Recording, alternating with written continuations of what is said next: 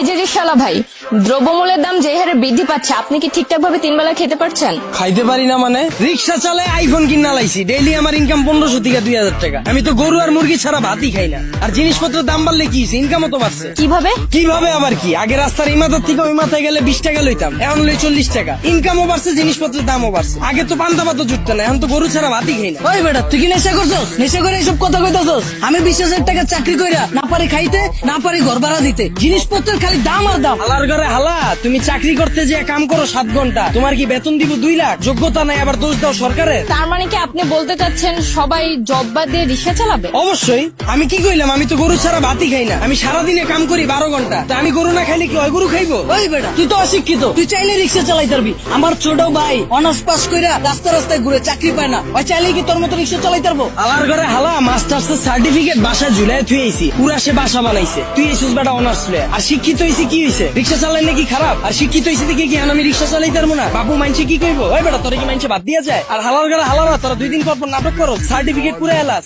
Honours masters pass করছো টাল্টিবেল্টি করে, চাকরি পাবি কইতে? যারা পাওয়ার হেরা পায়, এরা নিজেরা ওইভাবে তৈরি করে। তোরা 10 লাখ বেকার ঘুরো স্কিল লিগা, সরকারের দোষ দা স্কিল লিগা। তোরা যখন বুঝছস যে তগরে দিয়া পড়ালে হইব না, করতে গেছিস কে জোর করে? ও বুঝছি, সার্টিফিকেটের লেগা না? বিয়ার সময় যেন কইতে পারো যে আমি গ্রাজুয়েট, আমি ইঞ্জিনিয়ার, আমি শিক্ষিত। বন্ডামি বাদ দিয়া তোর বাইরে রিক্সা লয়ে বেরিতে। তার মানে আপনি কি বলতে চাচ্ছেন, আপনি নিজেও অনার্স মাস্টার্স কমপ্লিট করছেন, কিন্তু নিজেকে ওইভাবে তৈরি করতে পারেননি, যার কারণে আপনার জব হয়নি? হ্যাঁ অবশ্যই, মিছা কথা কমুকে। আমি নিজের ওইভাবে তৈরি করিনি, আমি জবও পাইনি, আমি রিক্সা চালাই না শুরু করছি। আর এই যে 10 লাখ বেকার ঘুরতেছে, একটাও কি বুকে হাত দিয়ে কইতে পারবো নিজে সর্বোচ্চ চেষ্টা করছে? আর এই যে 10 লাখ বেকার ঘুরতেছে, একটা বুকে হাত দিয়ে কইতে পারবো নিজে করে ওইভাবে তৈরি করছে, নিজে করে সর্বোচ্চ চেষ্টাটা করছে, তাও চাকরি পায় নাই? সারা রাত খেলছে কার্ড, সারাদিন গার্লফ্রেন্ডের সময় দিছে, ওরা চাকরি পাইবো কইতে? যারা পাওয়ার হেরা পায়। আর গ্রাজুয়েশন কমপ্লিট করছিস ভালো কথা, বইয়ের ব্যবসা কর, উদ্যোক্তা হ, ঝুঁকি ল, 1000 মানুষের লেগে রাস্তা খোল, এসব বন্ডামি বাদ দে। কিন্তু বাংলাদেশের মতো এরকম গরিব দেশে দ্রব্যমূল্যের দাম বাড়াটা কি স্বাভাবিক? ভাই খারাপ। এই দেশ গরিব দেশ কেটা কইছে আপনাদের? এই দেশে 150,000 কোটি টাকার সিগারেটই বিক্রি হয়। বিশ্বের ভিতরে 5 নাম্বার বিড়িখোর বাংলাদেশ।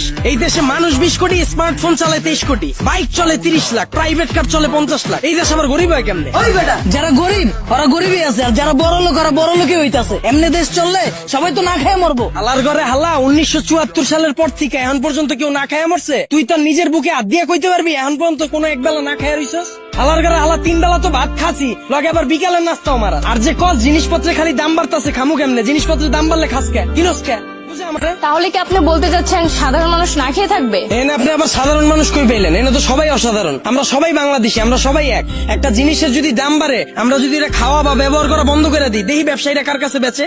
যখনই আমরা খবর পাই কালকে থেকে পেঁয়াজের কেজি 20 টাকা বেড়ে যাবো, ওই দিনে যাই আমরা দোকানে ভিড় করে লাই। তো দোকানদাররা তো আমরা বুঝেই দিতাছি পেঁয়াজের কেজি 20 টাকা হোক আর 2 লাখ টাকা হোক, আমরা কিনা খামুই। যেটা মার্কেটে চাহিদা বেশি থাকবে ওটার দাম তো বাড়বেই। আমরা যদি সিদ্ধান্ত লই আমরা খামু না, ব্যবসায়ীরা বেচবো কার কাছে? আর পৃথিবীর যখন জন্ম হয়েছিল তখন কি এত খাওয়ান দাওয়া ছিল? তখন কি এত বার্গার ছিল, পিজা ছিল? তখন কি মুরগির কালাবুনা ছিল? কে মানুষ শাক পাতা খায় বাচ্চা রইছে না? আর সরকারের দোষ দিয়া লাভ কি? আমরা জনগণ নিজেরাই তো চুতিয়া। একটা জিনিসের দাম বাড়লে আমরা ফ্রিজ ভরা শুরু করে দিই, ফ্রিজ ভরা বন্ধ করলে এমনি সবকিছু ঠিক হয়ে যায়।